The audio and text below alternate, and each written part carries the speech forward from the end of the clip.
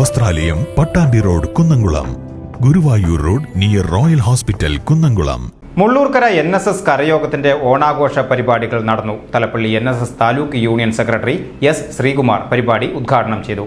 കരയോഗം president K. Ravi അധ്യക്ഷത വഹിച്ച ഓണാഘോഷ പരിപാടികൾക്ക് കരയോഗം സെക്രട്ടറി K. രവീന്ദ്രൻ സ്വാഗതം പറഞ്ഞു. കുട്ടികളുടെയും മുതിർന്നവരുടെയും കലാപരിപാടികളും അരങ്ങേറി. തുടർന്ന് വിപുലമായ ഓണസദ്യയും നടത്തി.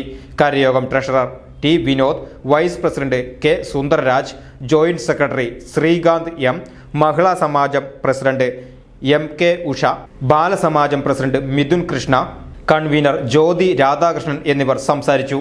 VCV news, Mullurkara.